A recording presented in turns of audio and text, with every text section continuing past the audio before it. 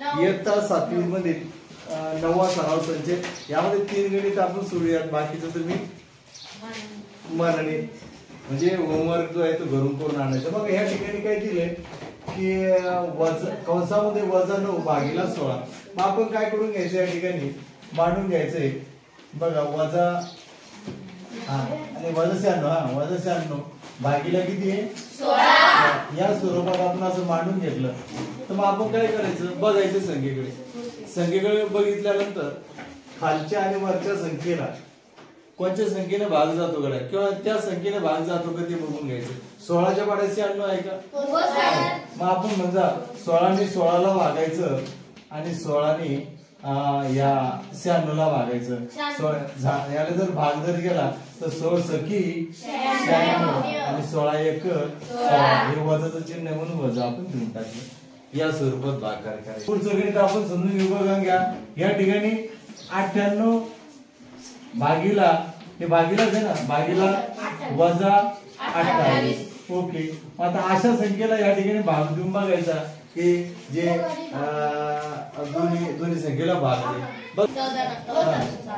मग भागिला 14 भागिला 14 ठीक आहे। मग भागिला 14 गेल्यानंतर किती 14 दुने 28 नंतर 14 × 98 ठीक आहे। वजाचं चिन्ह असं खाली वगैरे काही देत नसतं, वजाचं चिन्ह जवळपास जरी देऊन टाकलं तरी चालतंय। मग या ठिकाणी वजा 7/2 हे याचं उत्तर राहील। लक्षात आलं का? म्हणजे वजाबाकी चिन्ह समजा खाली 2च्या जवळ आहे म्हणून 2चं वगैरे वगैरे असं काही नाही राहत। आता समोर दिलं तरी चालतंय किंवा तेच उत्तर वरती दिलं तरी चालतंय या ठिकाणी उत्तरामध्ये।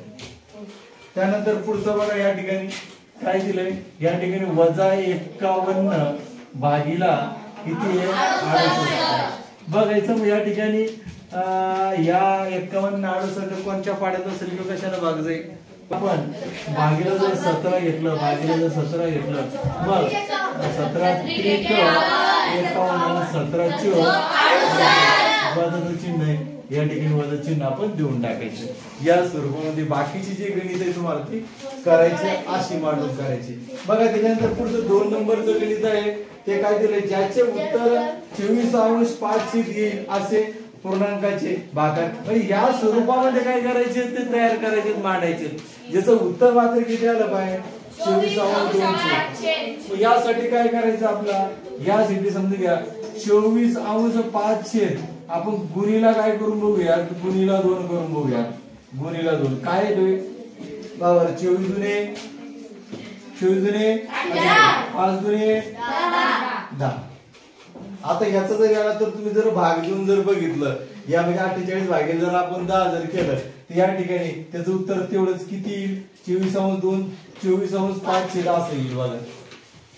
ठीक आहे बघा या ठिकाणी आपण समजा भाग देऊन बघितलं उदाहरण हे भाग द्यायचं नसतं परंतु हे भागाकाराचे पूर्णांकाचे 3 भागाकार करा असं या ठिकाणी दिलंय समजा। मग या ठिकाणी समजा जर घेतला भाग जर दिला समजा आता या ठिकाणी 48 भागिला 10 बघा बरं भाग देऊन बघा बरं कशाने भाग दिले या ठिकाणी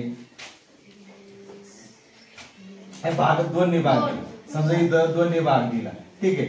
मग 2 ने भाग दिला किती येते बे किती 10 बे 5 10 बे ने इथं भाग दिला बे दुने 4 बे 4 म्हणजे 24/5 येत नाही आलं का 24/5 येत नाही का? उत्तर काय लागतं आपला 24/5 म्हणजे त्याला काय करायचं मग गुणीला 2 पुन्हा डबल गुणीला 3 करा गुणीला 4 करा गुणीला 5 करा जे येईल त्या असं स्वरूपात आलं त्याचं उत्तर हे येणार आहे। या स्वरूपात करायचं हे समजा आता केलं आपण दुसरं गणित घेतलं समजा काय केलं 24 गुणीला 3 आणि नंतर 5 गुणीला 3 बघा बरं 24 काय किती केलं 3/12 आहे का 24 3 5 किती 72 ओके।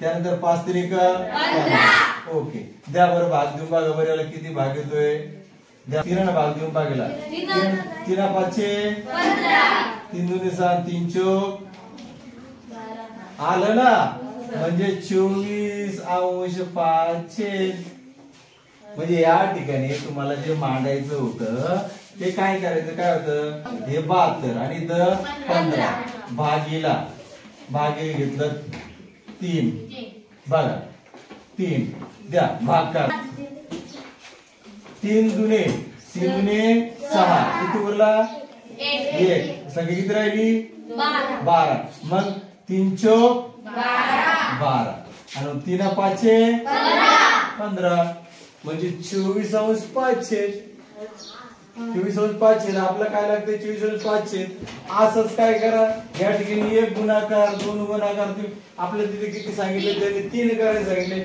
आता पुढचं तुम्ही करून घ्या 24 गुणिला 4 करा ठीक आहे 24 गुणिला 5 गुणिला 4 करा असं करून ते उत्तर ते राहील पुढच्या पुढचं गणित काय म्हणलं त्यांनी समजा आता हे करण्याच्या अगोदर पुन्हा लक्ष द्या ते नंतर तुम्ही करून राहणार आता त्यांनी काय सांगितलं या ठिकाणी ज्याचे उत्तर -5 अंश 7 छेद येईल असे पूर्णांकाचे 3 भाग करा फक्त वजा उत्तर आणायचंय फक्त वजा उत्तर आणायचंय फक्त वजा उत्तर आणायचंय मग वजा उत्तर आणायचं असेल तर आपण या ठिकाणी गुणीला 2 न केलं इथं गुणीला किती न करू समजून घ्या गुणीला वजा टाकणार ना फक्त वजा उत्तर येण्यासाठी काय टाकावं लागेल वजा चिन्ह टाकायचं फक्त या अधिक आहे आपलं वजा आणायचं तर वजा चिन्ह टाकायचं फक्त ठीक आहे